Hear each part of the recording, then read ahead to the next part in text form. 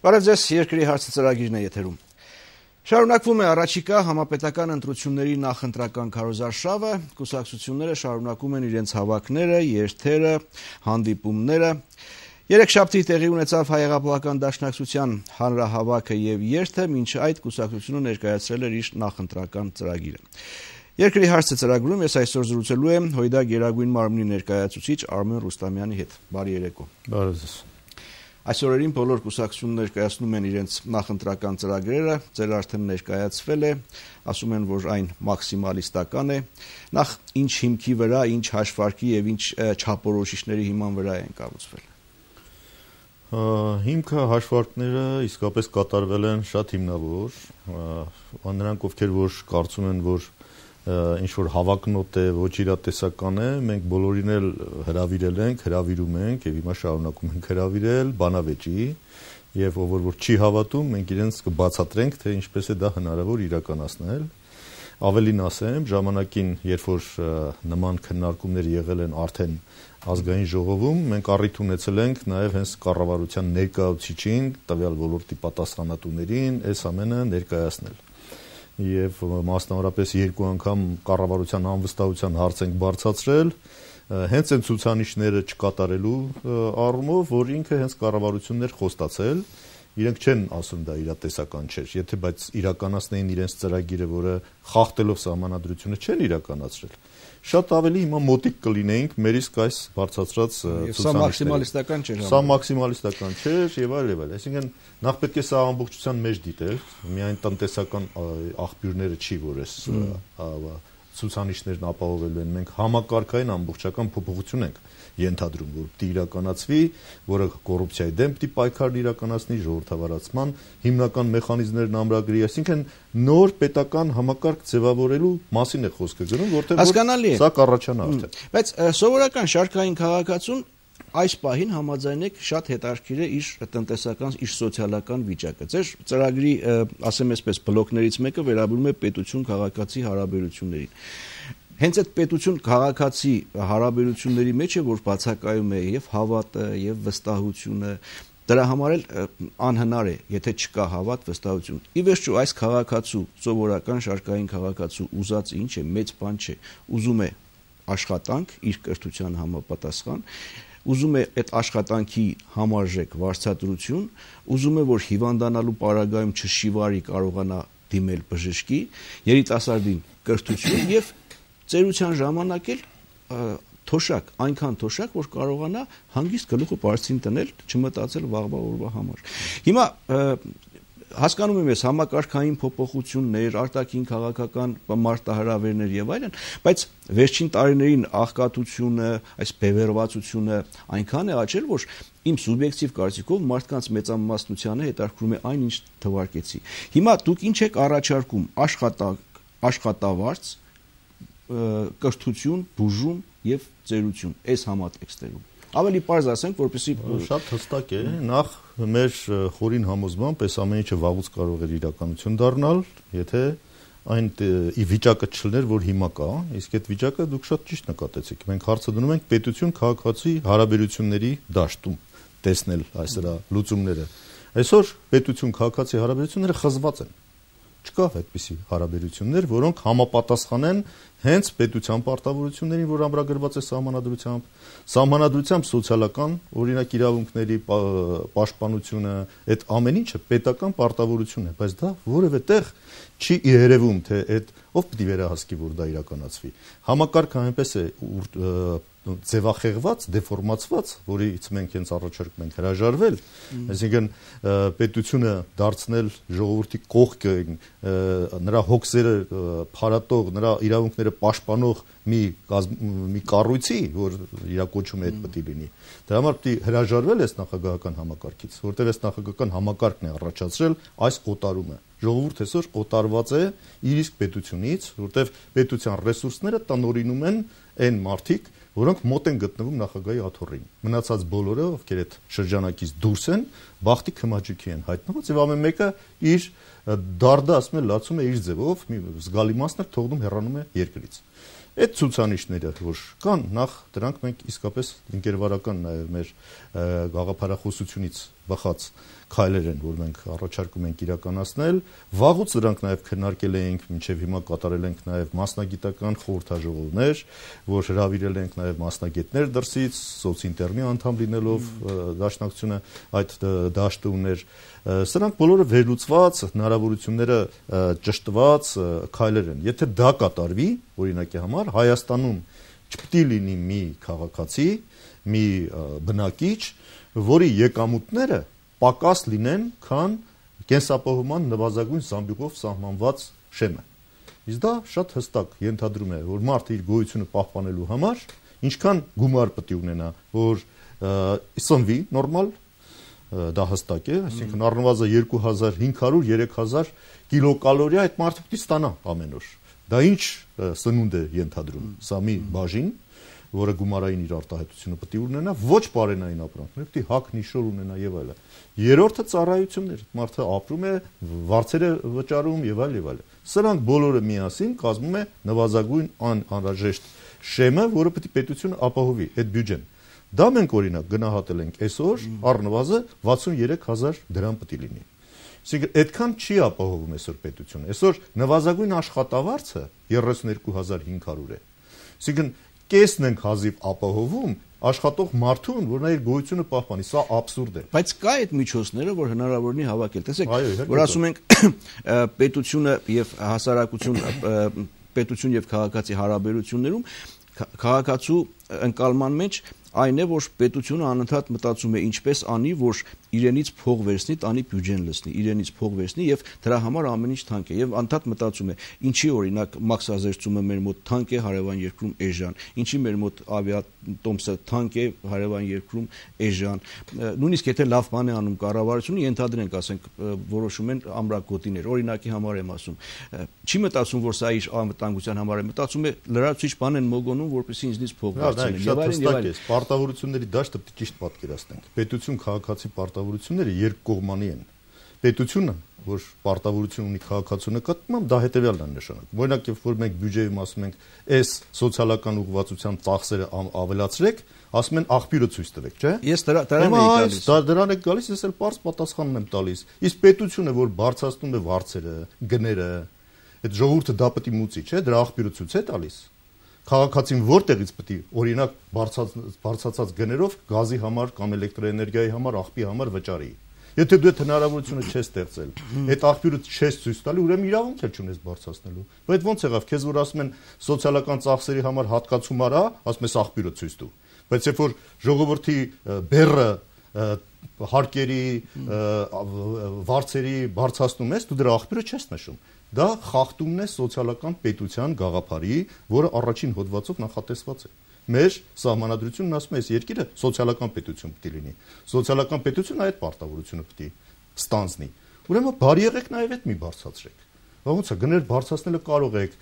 վարձերը վճարումները բարձրացնելը կարող եք, հա, բայց ասենք որ հիմա դրա համար փոխհատուցում արեք, մարդիկ որ պարզապես իրենց գոյությունը պահպանեն, նվազագույն անհրաժեշտ գումարը ապահովեք, ասում եք չէ։ Մանավանդ որ օրենք է ընդունվել։ Օրենքը կա, օրենքը այսօր սահմանում է, որ պետք է այս ամենը կատարվի կենսապահովման նվազագույն զամբյուղի հիման վրա։ Այդ օրենքը այսօր գոյություն ունի, գործող է, պարզապես չեն կատարում օրենքը։ Թող դա դրա պատասխանը տան, ինչի մասն է խոսքը։ Թող ասեն, որ այդ օրենքը չենք ընդունում, որովհետև մենք դրա հնարավորությունը չունենք։ Այդպիսի բան չի ասվել, օրենքն ընդունվել է։ Ուրեմն մենք պարզապես բոլորի աչքի առաջ խախտում ենք օրենքը։ Դրա կատարողը կառավարությունն է։ Չի կարողանում օրենքը կատարի, թող հրաժարվի, թող գա նոր կառավարություն, որի պարտավորության մեջ է հենց օրենքները կատարելը եւ օրենքները կյանքի կոչելը։ Բայց այդ է պարտավորությունը կառավարության։ Այսինքն անպատասխանատու կառավարությունների արդյունքն էլ է լինում։ Լավ, խորհրդարանական կառավարումը ինչ կտա։ Խորհրդարանական կառավարումը նախ կտա ապակենտրոնացում, որ այսօր գոյություն ունի կենտրոնացված համակարգ, նախագահի աթոռով պայմանավորված, որը հանգեցրել է կուսակցություն, իշխանություն, պետություն նույնացմանը։ Այսօր նայեք տեսեք, նախագահը, ազգային ժողովի մեծամասնությունը, կառավարությունը, վարչապետը նույն կուսակցությունից է։ Այսինքն այդ եռանկյունին, որը իսկապես կառավարումն է իրականացնում երկրում, նույն կուսակցության ձեռքն է, մոնոպոլիա է։ Այդ քաղաքական մենաշնորհը հանգեցրել է նրան, որ ասացի, երկու տիպի պետություն է առաջացել, փոքրամասնության, որ էս էլիտար, այսպես ասած, խումբն է նախագահի շուրջ ձևավորված եւ դրանից դուրս գտնվող Բախտի Քմաչիկի հազդված մեծամասնությունը։ Կտա, որ այդ համակարգը, այդ կենտրոնացված համակարգը կփլուզվի, խորհրդարանական համակարգը կոլեգիալ որոշումների կայացում է ենթադրում, դա տեղի կունենա խորհրդարանում քննարկումների միջոցով եւ բնականաբար այդ ամեն ինչի արդյունքում մենք իհարկե պետք է նաեւ փոխենք խորհրդարանի կարգավիճակը, պետք է ազատվենք այս մանդատից, որ այսօրվա падգամավորն ունի եւ անձեռնամխելի է եւ դրա համար են շատերը խորհրդարան մտնում, այդ մենք դրա մասին շատ ենք խոսել, անձեռնամխելիությունը պետք է սահմանափակվի падգամավորի, գործառույթները տարանջատվեն, իսկապես իրականացվի 65 հոդվածը սահմանադրության, որ բիզնեսը եւ քաղաքականությունը միախառնվեն, չզուգակցվեն, խորհրդարանը կտա այդ առավելությունը, որ իսկապես հակակշռման եւ զսպման իրավիճակ կառաջանա։ Միջավայր կառաջանա ավելի ժողովրդավարական, այսինքն կմոտեցնենք իշխանությունը ավելի ժողովրդին։ Այսօր իշխանությունը ժողովրդից հեռացած է, որտեղ մի անձ է որոշում,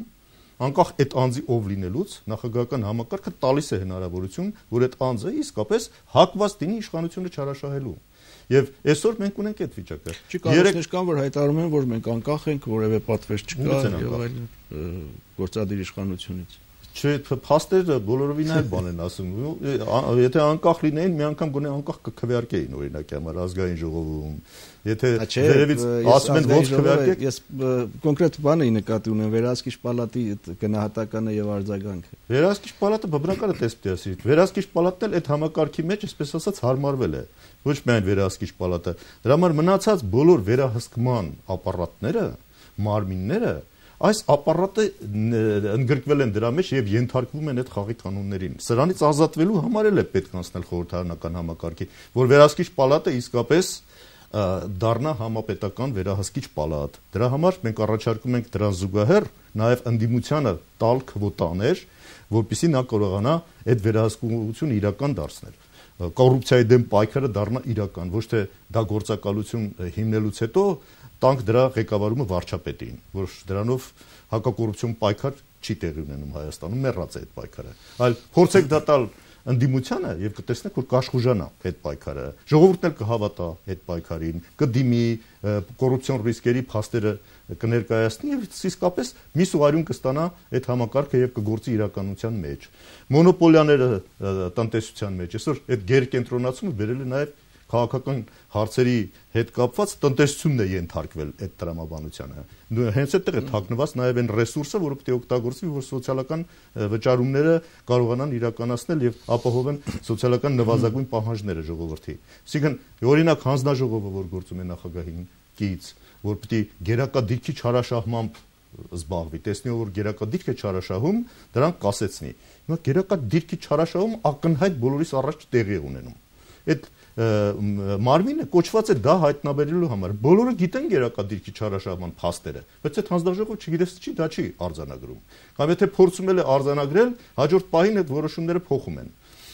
որովհետև իրենց, այսպես ասած, կլանից օլիգարխիկ այդ համակարգից ինչ որ մեկը կարող է դրանից տուժել։ Մենք ունենք այդպիսի փաստեր։ Ձեթի օրինակ արտադրության հետ կապված հայտարարեց, չէ՞, այդ հանձնաժողովը առաջի օրերն էր, որ նախագահը նոր անցել էր իր պաշտոնավարմանը, հայտարարեց, որ գերակա դիրքը չարաշահում է արձանագրված SSS ապրանքատեսակների հարցով, ձեթով եւ այլն։ Ով չգիտի ձեթի առևտրի հետևում ով է կանգնած։ Բայց հետո եւ պետք է պատժվեն, ասեցին այդ մարդիկ, եւ մեծ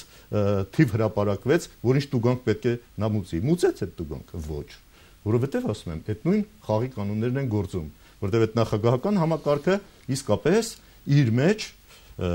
ներգրավել է բոլոր նրանց, ովքեր անձեռնամխելի են, մնացած բոլորը կարող են այո հայտնվել դրանց հարվածների հետապնդումների տակ։ Եվ մեր մոտ արդարությունը խեղաթյուրվել է։ Դառել է այսպես, որ եթե իմ նկատմամբ անարդար չեն, ուրեմն արդար է։ Բայց չգիտեն, որ վաղը, եթե ուրիշի նկատմամբ են անարդար լինում, հետո քո առաջել է չոքելու։ Եթե երկրում համատարած արդարություն չի, եւ որպեսզի իրենց նկատմամբ անարդար չլեն, բոլորը ձգտում են մտնել այդ շրջանակի մեջ։ Նախագահի շուրջ պատասպարվեն այդտեղ։ Եվ էս է ամբողջ իրականությունը, ով որ այդ շրջանակի մեջ է, նա պաշտպանված է։ Եվ դրա համար ամեն ինչ անում են, կյանքի մահու կռիվ է դառնում իշխանության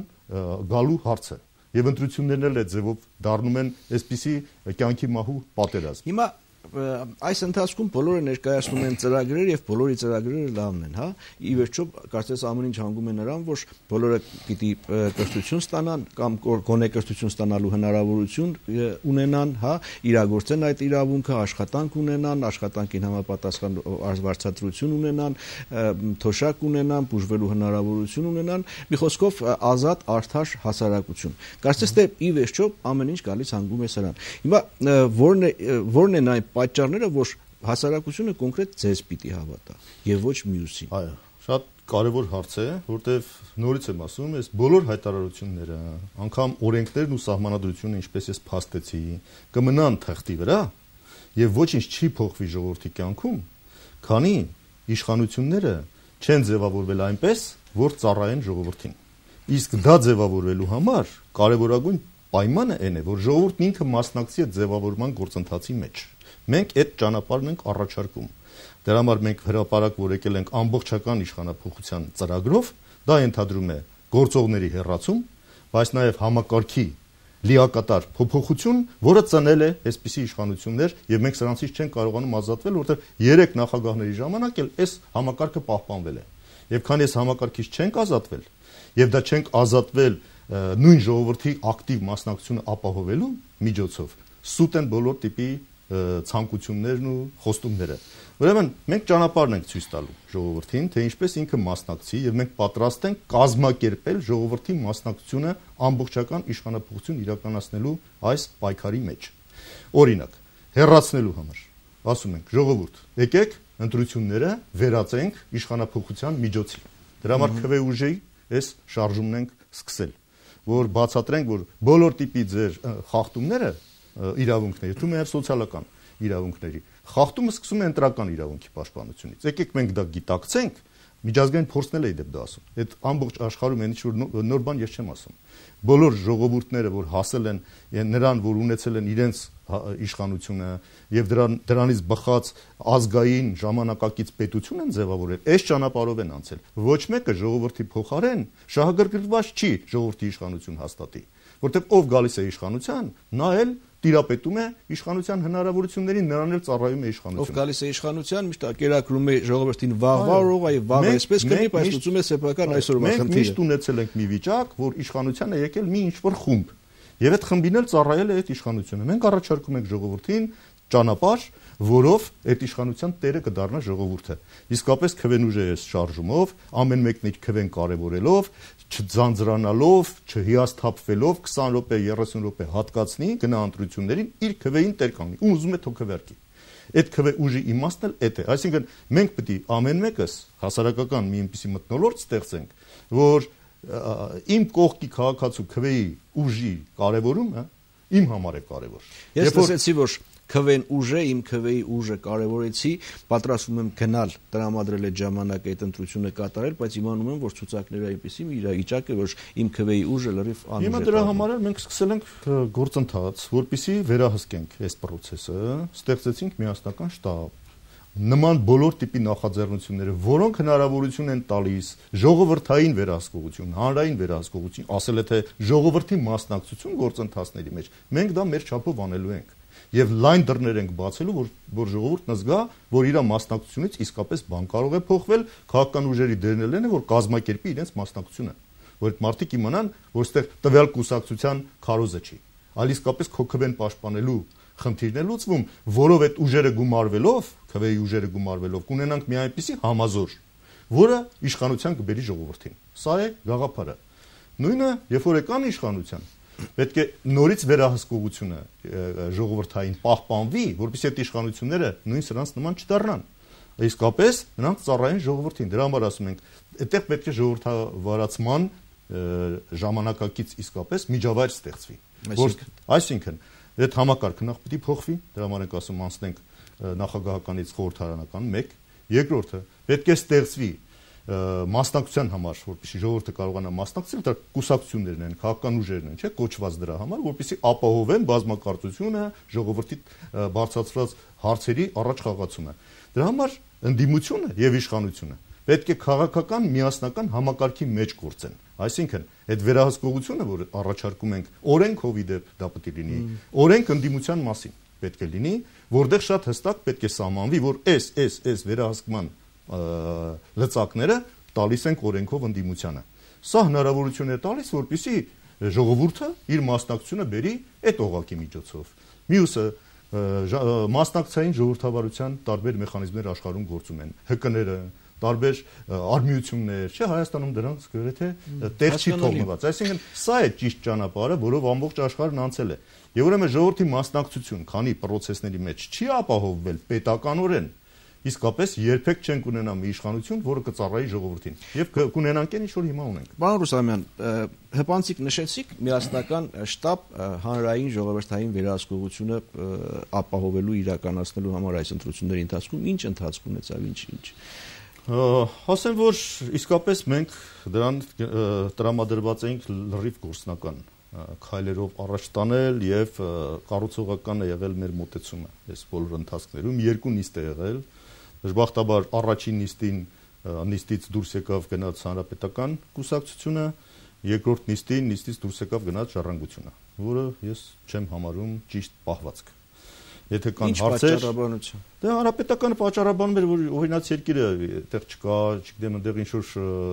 հղում էր կատարում տողերի վրա, այդ փաստաթղթի, որ այդ տողերը ի վերջո այդտեղ չկային։ Մենք բոլորովին այլ կարճ համառոտ մի պարբերության տակ ենք ստորագրել, որ ստեղծում է շտաբ, վերջ։ Մնացած բոլոր հարցերը թողել ենք հաջորդ քննարկմանը, որ ինչ բովանդակություն պետք է ունենա, ինչ գործառույթներ պետք է իրականացնի այդ շտաբը։ Հիմա էլ այդ նիստը եղավ։ Հանրապետականին հասկանալի է։ Հանրապետականը նաև ասում էր, թե ազգային ժողովի նախագահի նախաձեռնությամբ նման ինչ որ նախաձեռնություն։ Այդ բոլորը նպատակ ունեն ձախողելու այս գործընթացը։ Այ հանրային մասնակցություն ապահովելու գործընթացը, իսկապես բաց պահելու դռները գործընթացը վստահություն ներշնչող միասնական շտաբի ձևավորման գործընթացը ձախողելու նպատակ ունեն, որտեղ ինչ որ առաջարկում է հանրապետականը, կարող էր գալ առաջարկել հենց նիստին 11-ի ամսի եւ այդտեղ քննարկենք, ընդունենք այդ առաջարկները։ Իրենք ինչ որ էթիկայի կանոններից են խոսում, հա, թող էթիկայի կանոններն էլ լինեին, բայց մեկը մյուսին չէր խանգարում, բայց մեկը մյուսով փոխարինելն էլ անհասկանալի է։ Մենք ասում ենք ընտրակեղծիքների դեմ պայքարելու համար ենք միավորվում, որ ժողովուրդը վստահի ընտրություններին, չի վստահում ընտրություններին։ Ինչ մենակ էթիկայի հարցը չի ստե մեր փոխադարձման ժառանգության պատճառաբանությունը։ Ժառանգությունը ճիշտ ասած իմ համար բացարձակ անհասկանալի է, նախապայման է դնում, որ եթե այդ փաստաթուղթը, որ արդեն իդեպ ստորագրված է, վերաստորագրվի, այսպես ասած, առաջի դեմքերի կողմից, իրենք չեն մասնակցի այդ գործընթացին։ Այսինքն ես չեմ հասկանում այս տրամաբանությունը, նախ խնդիր չունեք, չէ՞։ Մենք խնդիր չունենք, մենք արդեն առաջի դեմքով Գերագույն մարմնի ներկայացուցիչը ես եմ ստորագրում փաստաթղթը, ես արդեն ստորագրել եմ։ Իսկ այդպիսի խնդիր ես չեմ տեսնում։ Թող իր մյուսներն էլ ստորագրեն, դրան էլ մենք դեմ չենք։ Բայց դա դարձնել նախապայման, որ եթե դա չի լինում, ուրեմն մենք այստեղ անելու բան չունենք, սա անհասկանալի է։ Այսինքն արդեն ստորագրել են, ամեն կուսակցություն ինքն է որոշում ում լիազորի գնան ստորագրեն, դա իրենց ներքին խոհանոցն է։ Եթե որոշել է Բարգավաճը, որ պիտի գա ստորագրի Վարդան Օսկանյանը, դա Բարգավաճի գործն է։ Ես չպետք է կասկածեմ իր լիազորությունների օրինականության մեջ։ Նույնը ՀԱԿ-ը, եթե Լևոն Զուրաբյանն է եկել, ոչ թե Լևոն Տեր-Պետրոսյանը, դա չպետք է իմ մոտ կասկածանք առաջացնի, որ սա ՀԱԿ-ի ստորագրությունը չի։ Իմ համար կարևոր է, որ կուսակցությունը ստանձնել է այդ պարտավորությունը, սա է կարևոր։ Եվ իրենք եթե որոշել են այդ լիազորով անեն, այդ լիազորով են անում։ Ինչ է նշանակում անպայման պետք է առաջի դեմքեր։ Ես չեմ էլ կարծում, որ առաջի դեմքերը ինչ որ հայտարարություններ անեն դրան հակառակ։ Իրենց համար խնդրեմ կառաջացնի։ Կամ առաջի դեմքերից թաքուն եկել ստորագրել։ Կամ թաքուն ստորագրել, այսինքն շատ պրիմիտիվ մոտեցումներ են, որ ինձ մտահոգվելու տեղիք է տալիս այն իմաստով, որ երևի ձեռնտու չի մարդկանց այս ձևով վերահսկել ընտրությունները։ Գիտեք, եթե նպատակը կարևորում եք, ուրեմն այդքան պետք չի պրիմիտիվացնել, բծախնդրորեն մոտենալ ամեն հարցին, որպեսզի ձախողվի այն ամենաառողջ նախաձեռնությունն էլ։ Նախաձեռնությունն ինքնին կարևոր է, չէ՞։ Ինչ ենք մենք բերում տառակերություն անում, բծախնդրորեն ինչ որ հարցեր անպայման է, թե այսպես չեղավ, ես չեմ միանա, ես չէ։ Դե լավ, այսինքն սա հենց այն է, որ նշանակում է կուսակցական շահը վեր դասել ավելի մեծ շահերից, ամբիցիաները կարևորել։ Սա մենք չենք արել եւ չենք անելու, եւ մենք պատրաստ ենք բոլորի հետ էլ աշխատելու։ Իդեպ պարոն Նիկոյանի ստեղծած մոնիտորինգի հանձնաժողովն էլ ենք աշխատում։ Ինչ հարց ունենք։ Մեր խնդիրը իսկապես կանխել ընտրակեղծիքները եւ բոլոր տիպի ձևաչափերը, որ ստեղծվում են, մենք այդ ձևաչափերում պատրաստ ենք աշխատել։ Կարևոր հարցը պիտի լուծվի։ Սա է մեր նպատակը։ Շատ լավ, շնորհակալ եմ զրույցի համար, հաջողություն։ Այսքանը երկրի հարցը ծրագիրներ եթերում ես զրուցում էի ՀՅԴ Գերագույն մարմնի ներկայացուցիչ Արմեն Ռուստամյանի հետ։ Լավ մնացեք։